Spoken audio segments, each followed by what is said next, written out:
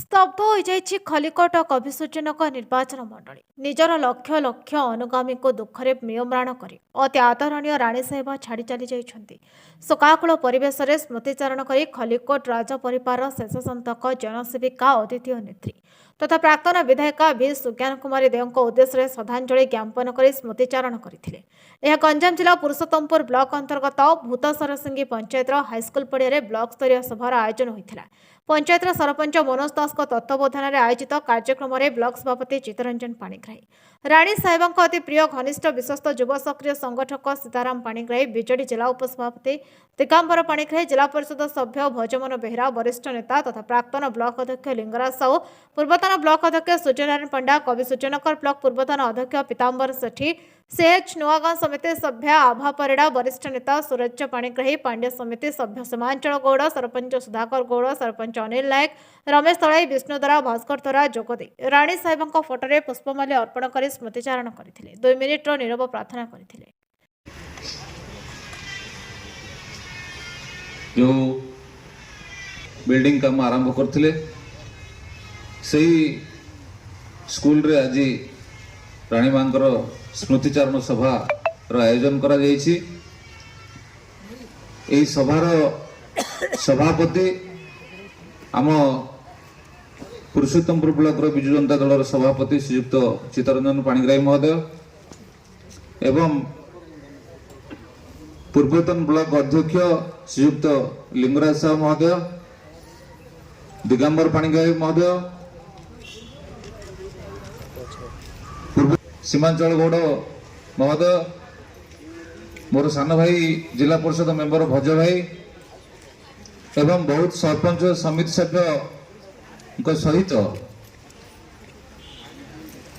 मां विषय रे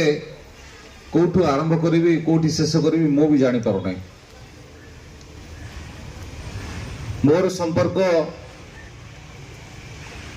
मात्र 5 वर्ष थिला, किंतु 5 वर्ष भितरे मोर संपर्क बहुत निबिड़ हो जाइथिला। एक कथा समस्ते जानी पारथिले एवं आपण माने समस्ते जानती जो बोला लक्ष्य थिला ताको आमे सब बेले मने पकौथलु जे खलिकोट महाराजा किए, सी तांकर कोन अवदान थिला आम राज्य पई, तांकर कोन उद्देश्य थिला राज्य स्वतंत्र राज्य गठन करिया पई, से गंजाम जिला को संगठित करिया पई तांकर को भलिया इच्छा शक्ति थिला। चंद्रशेखर साहू महोदय जो कथा कहउथले बांकी कॉलेज को से जाइथांती, खलिकोट राजा खलिकोट शहर रे सीमित नथिले, गंजाम जिला रे सीमित नथिले। तांकर जो पांठी आदाय होउतला से पांठी को सारा राज्य रे शिक्षा, रास्ता, विद्युत भलिया माने शिक्षा कथा तो आपण कहिले न सरे। एते शिक्षा अनुष्ठान से करिसंदी आमे माने भाभी भी परिबा। निज निज भितरे भल संपर्क रहिले हमर समस्तकर उन्नति हबो, हमर अंचल रो मध्य विकास हबो। आपण जो पंचायत रे आपण माने जन्म नैछंती, जो पंचायत रो सरपंच को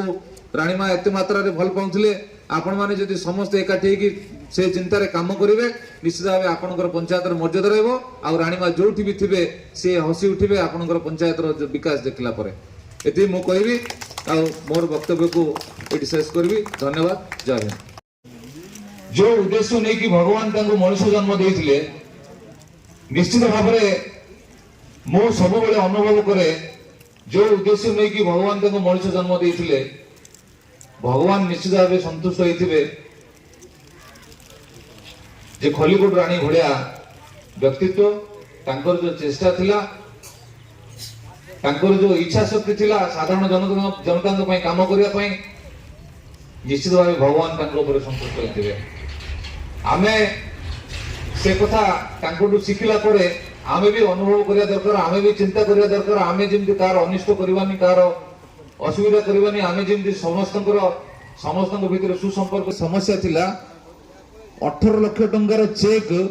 तांकर निजर हाथ पांठिरु, तांको निज पैसा रु 18 लाख टंकार चेक ब्लॉक को वीडियो पाखु पठेले।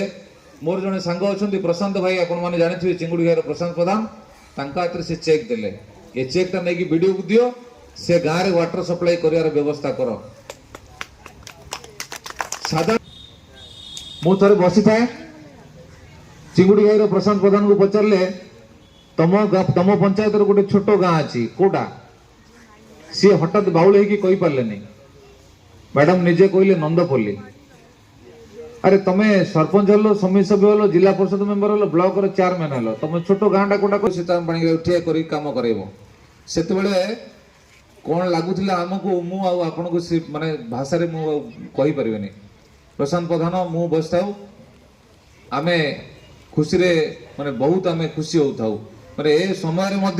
तांकर को भाया चेष्टा थिला आमे जेते बेले जाऊ मु प्रत्येक मासर मिनिमम थारे जाए कौन ना कौन काम नहीं की जाए थाए मु खाली हाथ रे केबे जीवेनी आ खाली हाथ रे भी केबे फेरिनी मु जेते जाईची काम नहीं की जाईची आसेला बेले काम करी की मु आसीची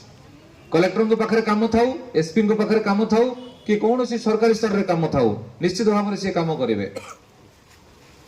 संगरे चली परिबो किंतु मते से एते विश्वास को कहीं करथुले मु तो जानि परनी मु किंतु सब बेले मो कर्म ऊपर विश्वास करे मो कर्म करी चली थाए एवं 5 वर्ष रे मु प्रत्येक समय रे रानी मांकर परामर्श नौ थाए जे कोनोसी आवश्यक पड़े असुविधा पड़े दरकार पड़े मु सब समय रे रानी मांकर परामर्श नौथुली एवं मते से उचित निर्देश दउथले उपदेश भी दउथले ताको मो आपण मानक पाखरे काम करला बेले मु ताको काम लगाउथली कार्यकारी करथुली सेथरे मु यथेष्ट मात्रा रे सक्सेस भी हेइथली आज जो कथा पाणिग्राही महोदय कहउथले माने जे देखिथिबे जानिथिबे तांकर चेन्नई स्थित बासभवन रे मध्ये से जेतिकी बही रखिथिले गोटे कॉलेज रो लाइब्रेरी ठू मध्ये अधिक बही थिला सी एते माने बही पढ़िया पई शिक्षा अर्जन करिया पई जीवन रे शेष समय पर्यंत तांकर बहुत इच्छा थिला जेतेबेले सुंदरकांड रामायण से पुणी जेतेबेले इलेक्शन को आसंती बाहर को आसंती जे कोन से असुविधा तांको आसे बोली से भाबंती सुंदरकांड रामायण पुणी से निजे पढुथुले ताकू गोटे स्कंद 2 स्कंद पढ़िला पर से बाहर थिले से पण केबे तांको जीवन रे केबे फेल नथिले जेतेबेले से बही खोजा गला मु सेतेबेले अनुभव कली बोधे समय शेष आड़ को गला छाड़ू नथिले आमे दूर रही कि जहा अनुभव कलु माननीय मुख्यमंत्री तांको संगरे बहुत मंत्री कोन भी जाइथिले देखिले आसिले राति 12:44 माकर देहांत हो जाए थाए आमे राति से मेडिकल रही आउ सब विषय तो वर्षर अभिज्ञता मु सब बेले तांकर चेष्टा थिला निरीह जनसाधारण को पई केमि काम करिवा साधारण जनता एते कथा जानी पारु नथिले से पई हमको भगवान से कहते भगवान हमको मनुष्य जन्म देइछन्ते 84 लाख जनी जड़े महान सामरिक विषय किसी कहवाई जाऊँगी ये जिते लोग बस जहाँ कहले भी निश्चित भाव गुणरू उणा हम मोर राणी माँ सहित दीर्घ 25 वर्षर संपर्क मुझे जाऊ थाए देखे जे पिलाठू वयस्क पर्यंत समस्त आपण आज्ञा बोली से संबोधित करती या गोटे महनीयता तत्सहित से देवालय को टे माने कहते मनुष्य तैयारी कारखाना है विद्यालय विद्यालय जब आम उन्नति करवा आमर समस्त समाजर विकसित हम से सब बेले चेष्टा करते विद्यालय शिक्षार उन्नति